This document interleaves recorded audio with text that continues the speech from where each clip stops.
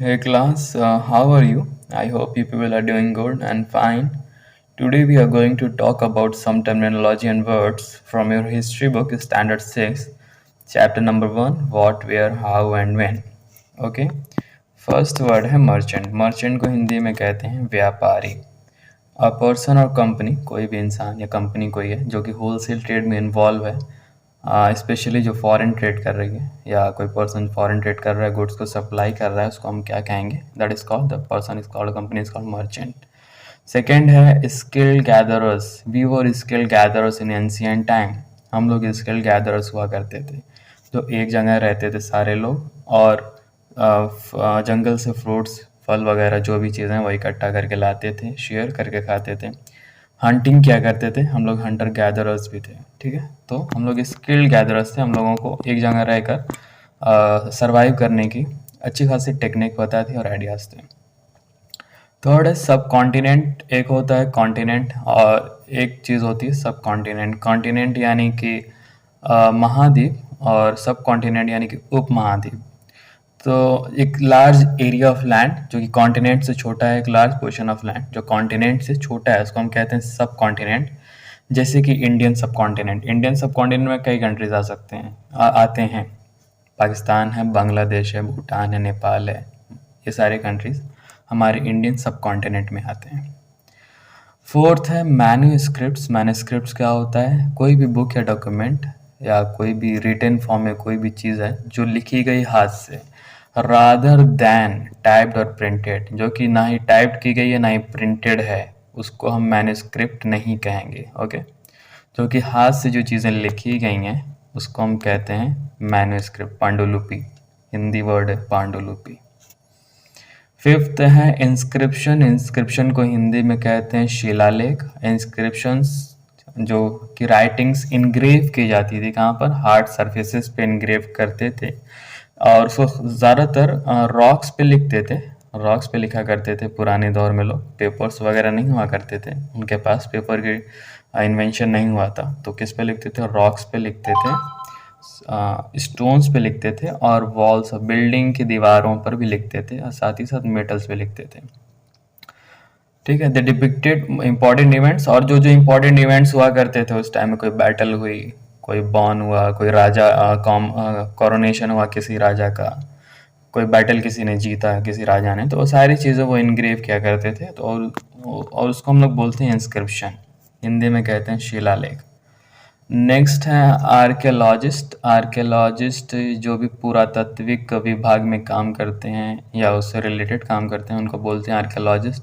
Archaeologist में से अगर ई को निकाल देंगे तो भी ये स्पेलिंग सही रहेगी, कोई प्रॉब्लम नहीं है। आर्कियोलॉजिस्ट वो पर्सन होते हैं जो पुरानी चीज़ों को, आर्टिफैक्ट्स को और पुराने कल्चर्स को जो पढ़ते हैं उनको हम लोग कहते हैं आर्कियोलॉजिस्ट। ठीक है, बीसी, बीसीई एंड एडी और सी। बीसी की जगह हम लोग बीसीई यूज़ कर सकते हैं और एडी की जगह हम लोग सीई भी यूज़ कर सकते हैं। बीसी का मतलब होता है बिफोर क्राइस्ट, यानी कि क्राइस्ट से पहले, जीसस क्राइस्ट के जन्म से पहले का जो भी टाइम पीरियड था उसको हम लोग कहते हैं बीसी। फुल फॉर्म इसका है बिफोर क्राइस्ट। ठीक है, I used to refer the years that came before the birth of Jesus Christ.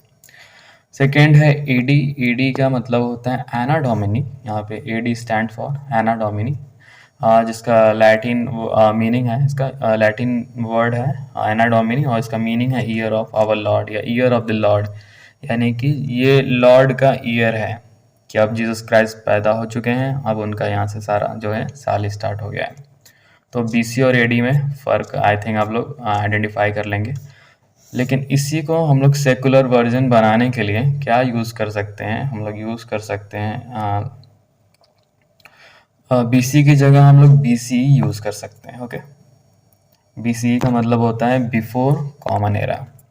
Here BCE का मतलब होता है बिफोर कॉमन एरा। ये सेकुलर वर्जन है। ठीक है, हिस्ट्री सब लोग पढ़ते हैं, सिर्फ एक कम्युनिटी का, एक रिलीजन नहीं पढ़ता, इसीलिए हम लोग यहाँ पर रिप्लेस कर देते हैं कई बार, किससे? बीसीई से, बिफोर कॉमन एरा से।